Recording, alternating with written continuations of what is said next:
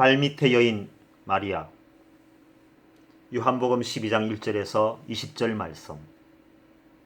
마르다 자매의 막내인 마리아는 발밑의 여인으로 알려져 있습니다. 마리아는 언제나 예수님의 발 아래에서 말씀을 듣고 발 아래 엎드려 경배하고 발에 향유 옥합을 부어 헌신하였기 때문이었습니다. 그녀는 언제나 예수님 앞에서 가장 낮은 자가 되었습니다. 모든 것을 헌신하고 아낌없이 부어드렸음에도 불구하고 더 많은 것을 드리지 못한 것이 아쉬운 마리아의 예수님에 대한 사랑을 이성적인 사랑으로 곡해하는 사람들도 있지만, 마리아의 사랑과 헌신은 순수한 믿음의 순결함을 나타내는 가장 위대한 모범이 되었습니다. 6월절 6일 전, 즉 니산월 제9일 토요일 저녁부터 일요일 저녁까지의 시간 속에 예수께서는 베다니 시몬의 집에 계셨습니다. 문둥병에 걸려 외부와 단절되었던 시몬이 깨끗하게 취함을 받은 후 그는 예수님을 믿는 사람이었습니다. 오늘 나사로 남매의 지인인 시몬의 집에서 나사로가 되살아난 기쁨의 날을 기념하여 예수님과 제자들을 초청하여 잔치를 베풀었습니다.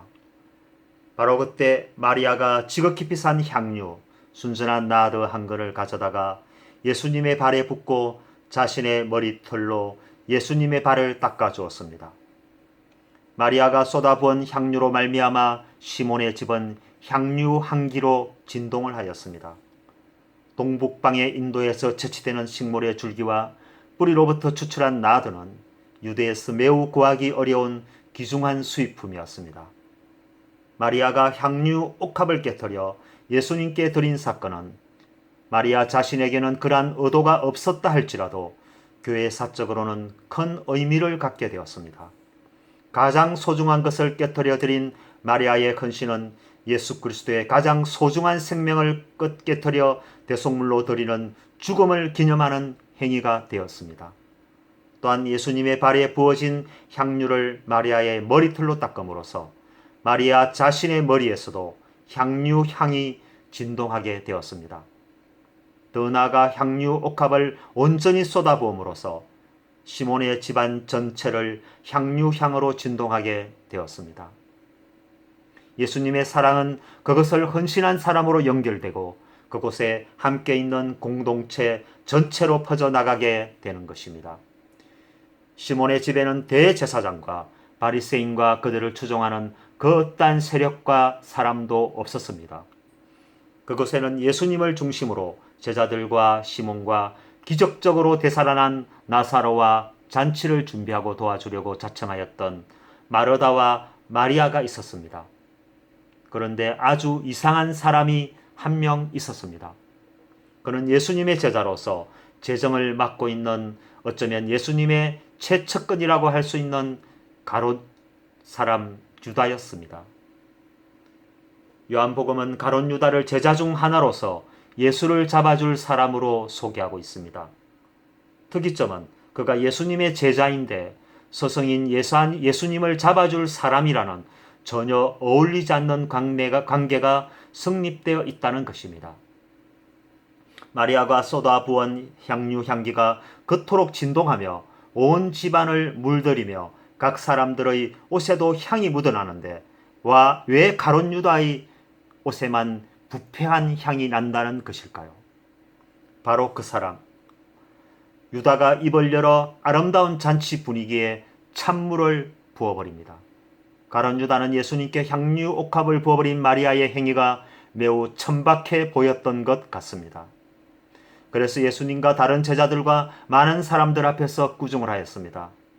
마리아야, 아마 이것은 너의 괴로운 자금으로 저축하여 모아둔 것 같은데 이렇게 적극적으로 땅에 쏟아 부어버릴 바에야 차라리 이것을 팔아 유대의 가난한 성도들과 이웃들에게 나누어 줬으면 얼마나 좋은 사례가 되었겠니?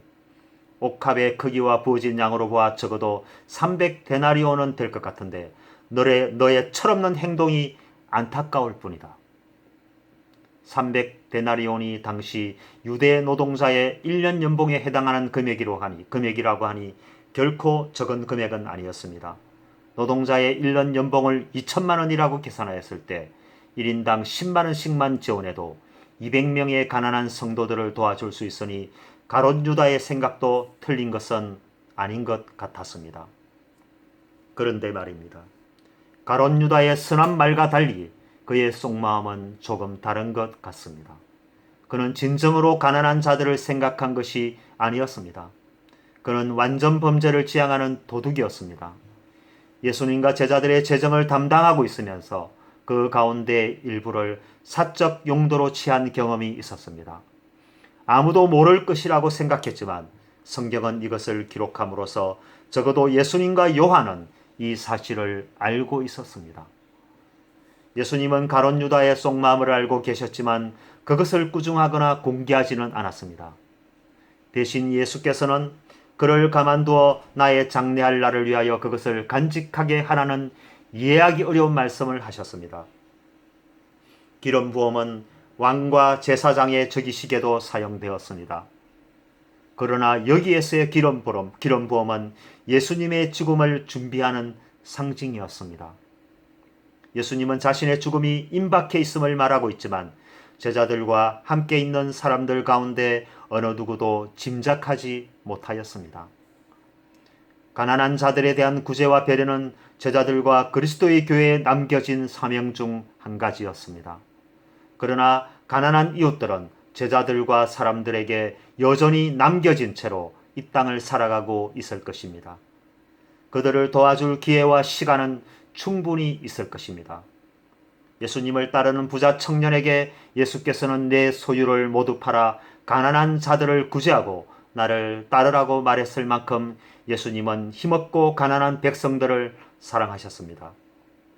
그러나 십자가 고난을 향하여 가는 예수님의 시계는 이제 매우 빠른 속도로 진행되고 있습니다. 그래서 예수님은 나는 너희들과 계속 있지 않을 것이라고 한 번 더 강조하고 있지만 영적 귀가 어두운 제자들은 여전히 알아듣지 못하였습니다. 예수께서 죽은 나사로를 살리신 기적의 사건은 이제 유대 전역에 전파되어 모든 사람들의 관심사가 되었습니다. 유월절과 함께 예루살렘으로 향하는 수많은 유대인들이 예수님과 나사로를 보기 위해 베다니로 모여들었습니다. 그래서 베다니는 수많은 유대인들의 인파로 인해 인산인해를 이루고 있었습니다. 이를 바라보는 대제사장들의 마음은 분노 그 자체였습니다. 그래서 예수님은 물론 나사로까지 죽이려고 모의를 시작하였습니다. 죽었다가 다시 살아난 나사로가 예전과 달리 자신의 신앙을 간증하며 많은 유대인들을 예수 믿게 하였기 때문이었습니다.